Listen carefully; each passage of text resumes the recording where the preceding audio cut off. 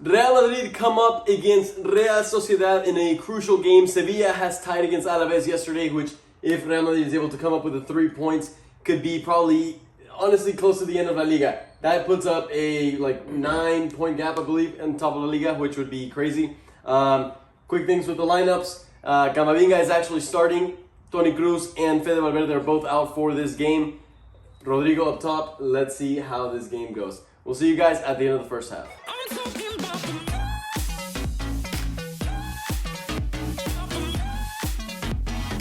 What's up, guys? Welcome back to El Merengue Culé. We are back from the first half, and what an unbelievable game it's been so far, with filled with different sorts of emotions. What have you seen? It's been a roller coaster, absolute roller coaster. So right away, the first thing that I noticed is Real Sociedad was taking the battle to Real Madrid. Mm-hmm.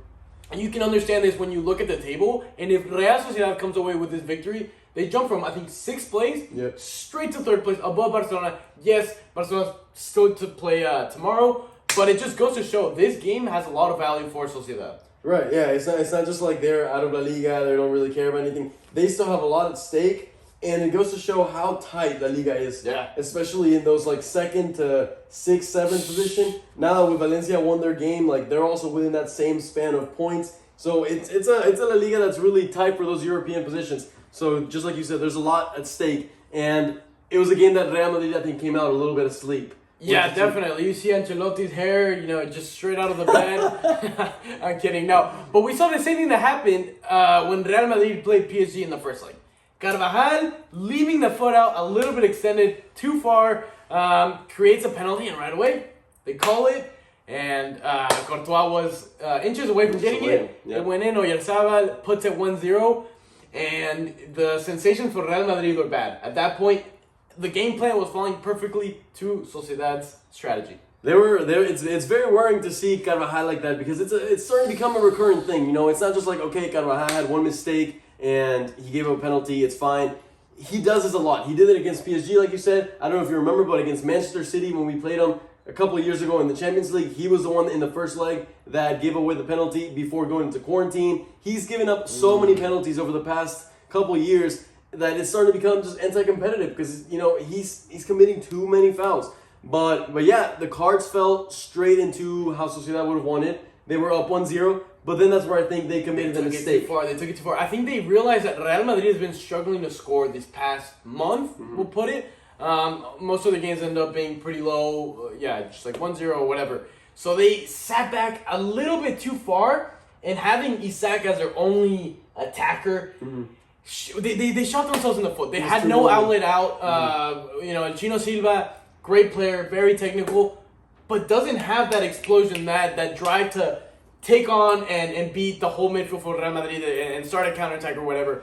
So they had no way of breaking out when they got the box, and it led Real Madrid in closing over them. We saw a lot of movement from Mendy, a lot of movement from Carvajal to try to create space, but again, Real Madrid has been struggling to make something happen when a team sits back. That's been the biggest issue for Real Madrid this season. We saw Vini had tried a few times, and I'll let you take it. It really feels like most teams have figured out how to defend it against Vinicius Jr. Double team him, to have 2 players marking him at all points. Benzema, once again, he's going through a patch where his shot may still be there, but he's a little bit slower with his decision making. Isn't as movable. He's not moving as much off the ball, which makes the team struggle to find spaces. Rodrigo's been a little bit out of form too, so the team has been struggling. So Real Madrid had to resort to other ways of attacking, which was the long shot. And that's when, guys, I really do wish that we had the live reactions recorded for this, because when Camavinga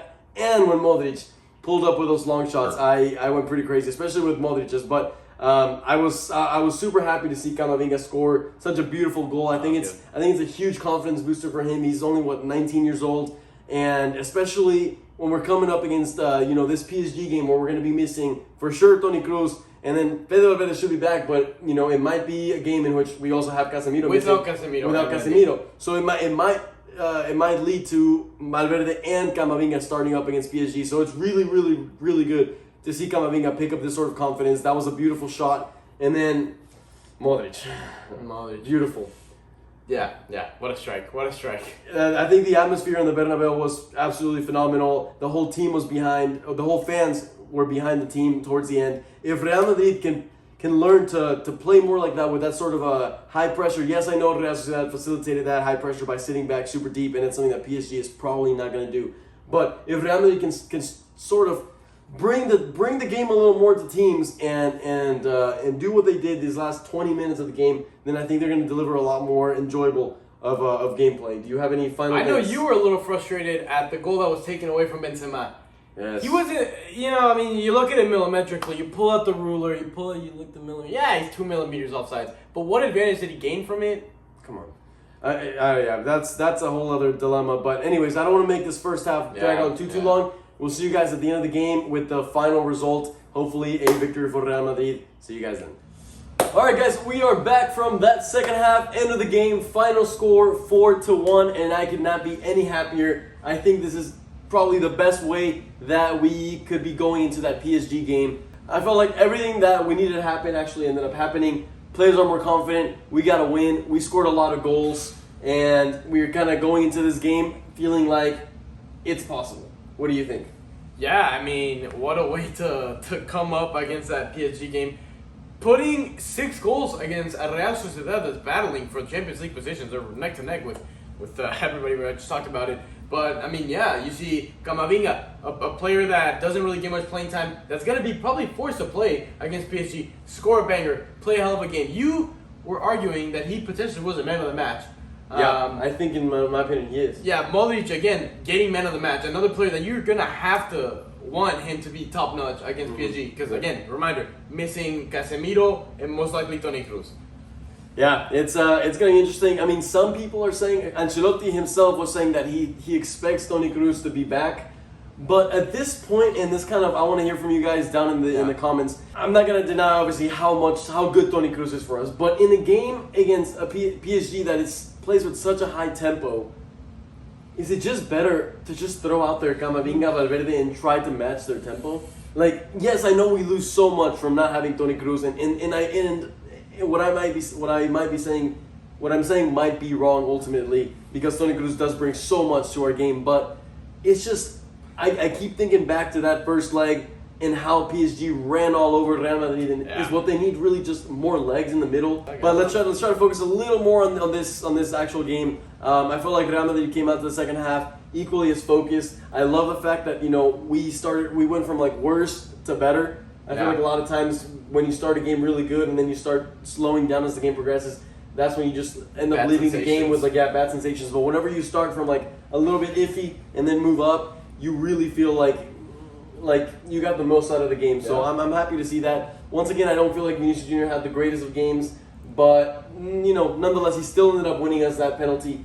Every game, even when he doesn't have solid games, he still has some sort of decisive play that ends up either in a goal, he gets an assist, it ends up in something, getting a key yellow card or a key red card for the other team, something that makes a difference in the final score, which is always nice to see. Carvajal improved a lot. I kind of bashed on him the first half. That second half, he played a little better. He got that assist to Marco Asensio. It was good to see so many different players score. It's an 8-point gap from Sevilla. I said 9 points in the first half on accident, but it's an 8-point gap now, confirmed.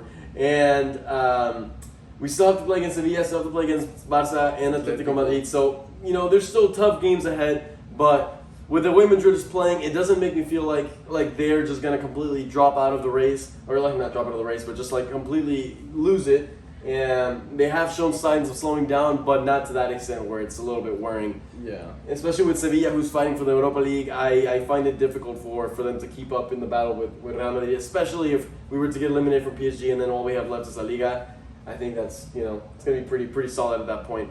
But anyways, guys, let us know down below who your man of the match was. Was it Modric, was it Camavinga, or was it someone else? Any final things?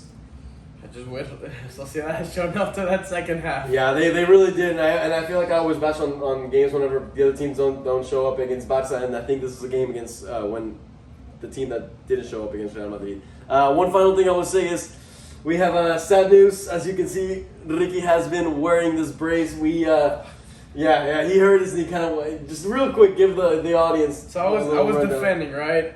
I get all ball, but the guy's momentum pushed my knee like inwards. Yes. And it's not good. It's not good.